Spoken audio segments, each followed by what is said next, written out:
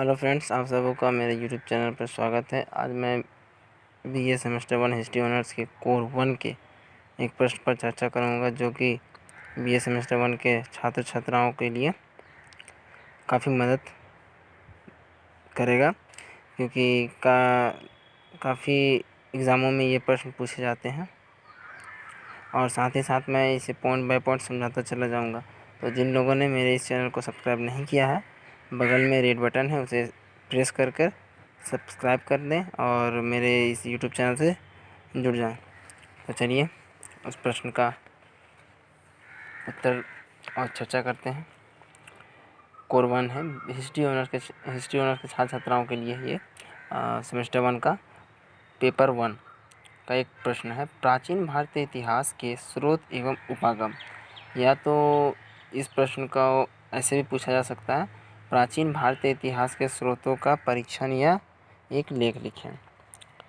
ऐसा माना जाता है कि भारतीय सभ्यता विश्व सभ्यता की सबसे पुरानी सभ्यताओं में से एक है, जिसमें साहित्य, कला, दर्शन, गणित, विज्ञान, ज्योतिष आदि सभी चीज़ों का समावेश है। भारत में अगर किसी चीज़ की कमी थी तो वह थी वैज्ञानिक पद्धति की।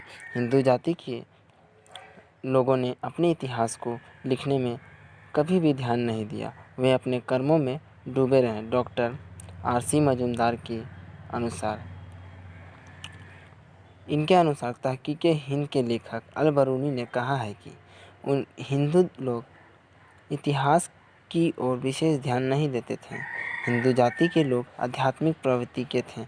घटनाओं को समयानुसार क्रमबद्ध नहीं लिखने की उनकी प्रवृत्ति के कारण हमें उस समय की सारे इतिहास का पता नहीं चलता है। इनका कहना है कि इनके अनुसार जो थे तहकीक हिंद के लेखक अल-बरूनी, उनके अनुसार कहना है कि जो हिंदू लोग थे वे अपने इतिहास को सहेज कर नहीं रखते थे। वो कर्म में ही विश्वास रखते थे और कर्म में ही डूबे रहते थे। उनके इतिहास को क्रमबद्ध और समयानुसार सहेज कर नहीं रखने के कारण उनके सारे इतिहास का पता स्पष्ट रूप से नहीं चल पाता है। तो पहला इसमें आ जाएगा साहित्यिक स्रोत। साहित्यिक स्रोतों को मुख्यतः दो भागों में बांटा जा सकता है। पहला पॉइंट आपका बन जाएगा साहित्यिक स्रोत। अब साहित्यिक स्रोत को किन भागों में बांटा जाता है? दो भागों में बांटा जाता है। तो पहला है धार्मिक साहित्य, दूसरा है धर्मेतर साहित्य। तो धार्मिक साहित्य को मुख्यतः तीन भागों में बांटा जाता है: ब्राह्मण साहित्य, जैन साहित्य और बौद्ध साहित्य। ये बहुत ही इंपॉर्टेंट पॉइंट है। धार्मिक साहित्य कितने भागों में बटा है? पहला ब्राह्मण साहित्य, जैन साहित्य और बौद्ध साहित्य। तो चलिए ब्राह्मण साहित्य के बारे में जानते हैं। ब्राह्मण साहित्य में सबसे पहले वेदों का स्थान आता है। वेद 4 प्रकार के होते हैं। इन 4 प्रकार वेदों में आर्य सभ्यता की धार्मिक, राजनीतिक, सामाजिक एवं आर्थिक अवधारणाओं का उल्लेख मिलता है। वेद कितने प्रकार के होते हैं? 4 प्रकार के होते हैं। इन चारों वेदों में हमें क्या मिलती है? आर्य समाज की सभ्यताओं के बारे में पता चलती है। उनकी राजनीतिक, सामाजिक और धार्मिक सभ्यताओं के बारे में हमें ज्ञान मिलता है। तो वेद 4 प्रकार के हैं। पहला वेद जो है वो ऋग्वेद है, दूसरा यजुर्वेद, तीसरा सामवेद और चौथा है आपका लास्ट जो वेद है अर्थवेद है। तो ऋग्वेद सरस्वती नदी के किनारे लगभग 1000 ईसा पूर्व के पहले लिखा गया था। इसके सूक्तों की संख्या सर्वप्रथम 1017 थी, परंतु बाद में 11 सूक्त और जोड़े गए। फलस्वरूप कुल सूक्तों की संख्या अब 1028 हो गई। इसमें मंत्रों की संख्या 11,000 है तथा यह 10 मंडलों में बटा हुआ है। इसके ब्राह्मण ग्रंथों में ऐतरेय ब्राह्मण है। अब दूसरा जो वेद है वो है यजुर्वेद। ऋग्वेद के बाद यजुर्वेद लिखा गया। इस वेद से हमें उस समय के धार्मिक अनुष्ठानों, यज्ञों, उसके विधि विधान की जानकारी मिलती है। पहला यजुर्वेद कृष्ण तथा दूसरा शुक्ल है। तीसरा जो वेद था वो था सामवेद। यजुर्वेद के बाद सामवेद लिखा गया। सामवेद का स्वरूप पद्यात्मक है तथा उसके सूक्तों की संख्या 75 है एवं 1549 मंत्र हैं। यह दोहे की तरह गाकर पढ़ा जा सकता है। और चौथा जो वेद था, अंतिम वेद, वो था आपका अर्थवेद। वेदों के क्रम में सबसे अंत में अर्थवेद लिखा गया, परंतु इतिहासकारों से इसके बारे में काफ़ी भिन्नता है। कुछ इतिहासकार इसे वेदों की श्रेणी में मानते ही नहीं हैं। इस वेद में केवल जादू टोना और मंत्र तंत्र का ही ज्ञान प्राप्त होता है। तो इस तरह वेदों की संख्या हमने जाना 4 है। 4 वेद में ऋग्वेद में बताया जा रहा है कि ऋग्वेद में जो था आपका मंडलों सूक्तों की संख्याओं के बारे में जानकारी मिलती है, कितने सूक्तें हैं, कितने मंडल हैं, मंत्रों के बारे में जानकारी मिलती है। उसी तरह यजुर्वेद में हमें धार्मिक अनुष्ठानों, यज्ञों, उनके विधि विधानों के बारे में जानकारी मिलती है।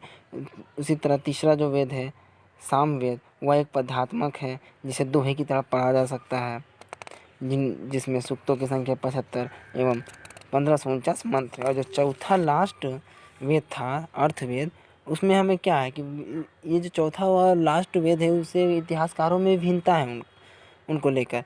कुछ इतिहासकार इसे वेदों की श्रेणी में ही नहीं मानते हैं। ये जो वेद है इससे क्या जानकारी मिलती है हमें, जादू टोना मंत्र तंत्र उस समय की जादू टोना किस प्रकार की थी, मंत्र तंत्र क्या थे, ये इसके बारे में जानकारी मिलती है। अब जो आगे का जो पॉइंट आपका आएगा जैन साहित्य।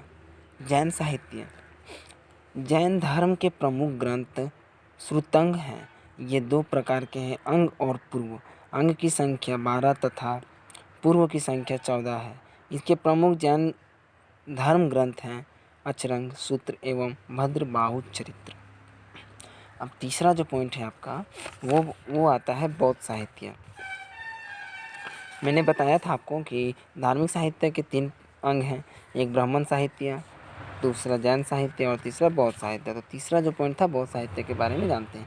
बौद्ध साहित्य की सबसे प्रमुख रचना त्रिपिटक अर्थात सूत्र पिटक, धम्म पिटक एवं विनय पिटक में बुद्ध के धार्मिक विचारों एवं उपदेशों का वर्णन है। जातक कथा में बुद्ध के पिछले जीवन की कहानी है।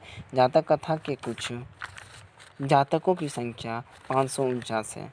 अब आ जाते हैं धार्मेत्तर साहित्य में। साहित्य 2 प्रकार के बताया गया था, धार्मिक साहित्य और धार्मेत्तर साहित्य।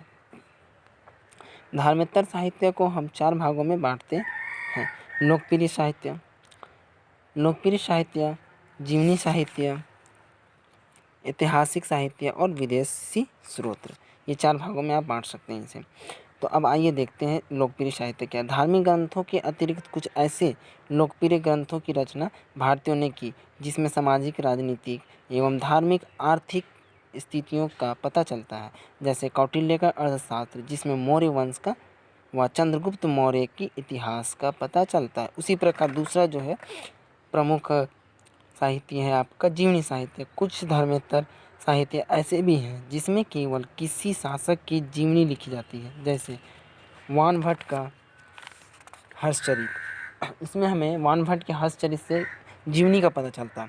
इसी प्रकार तीसरा जो पॉइंट है ऐतिहासिक साहित्य। ऐतिहासिक साहित्य में राजतरंगिणी का स्थान प्रमुख है। इसमें कश्मीर का सारा इतिहास लिखा हुआ है। ऐतिहासिक साहित्य में जब युद्ध हुए, कितने युद्ध, कौन राजा कब जीता, ये सब की जानकारी हमें मिलेगी। और चौथा जो है वो है विदेशी स्रोत। इसमें विदेशी यात्री व इतिहासकार द्वारा किया गया उस समय का किसी स्थान के सामाजिक, राजनीतिक, आर्थिक व धार्मिक वर्णन प्राप्त होती है। इन स्रोतों के निम्न आधार पर देखा जा सकता है, जैसे ग्रीक व रोमन, चीनी यात्री, अरब यात्री।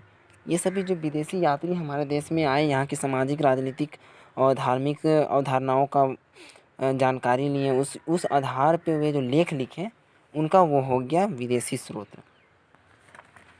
अब हम आ जाते हैं अगला पॉइंट में पुरातात्विक स्रोत। प्राचीन भारतीय इतिहास के अध्ययन के माध्यम से पुरातत्वीय सामग्री साहित्य साधनों की अपेक्षा अधिक महत्वपूर्ण एवं विश्वसनीय है। उदाहरण के लिए चीनी यात्रियों ने अपने यात्रा वृत्तांत में भारत का वर्णन केवल बौद्ध दृष्टिकोण से ही किया है। प्राचीन भारतीय इतिहास के निष्पक्ष अध्ययन के लिए हमें पुरातत्व स्रोतों पर निर्भर रहना पड़ता है।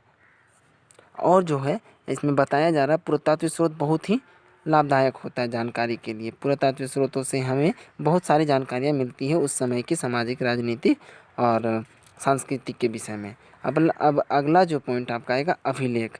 अभिलेख पुरातत्व स्रोतों के रूप में बहुत महत्वपूर्ण है। अभिलेख के अंतर्गत गुफा लेख, शिलालेख, स्तंभ लेख, ताम्रपत्र आदि आते हैं।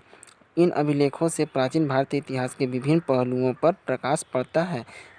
इनमें प्राचीन राजाओं के नाम, कार्य, वंश, तिथि और उनसे संबंधित घटनाओं की जानकारी प्राप्त होती है। मतलब कहना का मतलब है कि अभिलेख से हमें उस समय के राजा के नाम, कार्य, वंश, तिथि और उससे संबंधित घटनाओं के बारे में पूर्ण जानकारी मिलती है। इसी प्रकार अगला पॉइंट आपका आ जाएगा प्राचीन स्मारक भवन खंडर। प्राचीन भवन, मंदिर आदि के सूक्ष्म अध्ययन से भारत के सांस्कृतिक इतिहास का पता चलता है। खंडरों से काल विशेष की वस्तु और शिल्प शैलियों पर प्रकाश पड़ता है। मंदिर, स्तूप और विहार से तत्कालीन धार्मिक विश्वासों का भी पता चलता है। हड़प्पा, मोहनजोदड़ो, तक्षशिला, कौशाम्बी, पाटलिपुत्र से प्राप्त भवनों के अवशेष तत्कालीन नगर निर्माण योजना पर प्रकाश डालते हैं। मथुरा की मूर्ति, मथुरा कला का पर प्रकाश डालती है। अजंता, एलोरा और एलिफेंटा की गुफाएं तत्कालीन कला और शिल्प पर जानकारी प्राप्त देती है। और अगला जो नालंदा और विक्रमशिला के खंडहर तत्कालीन जीवन में शिक्षा के विकास एवं महत्व को प्रदर्शित करते हैं। तो इसी प्रकार इस प्रश्न का हमने चर्चा किया। तो इस प्रकार आप अगर पॉइंट बाय पॉइंट अगर लिखते हैं तो अच्छा खासा नंबर आपको मिल जाएगा एग्ज़ाम में।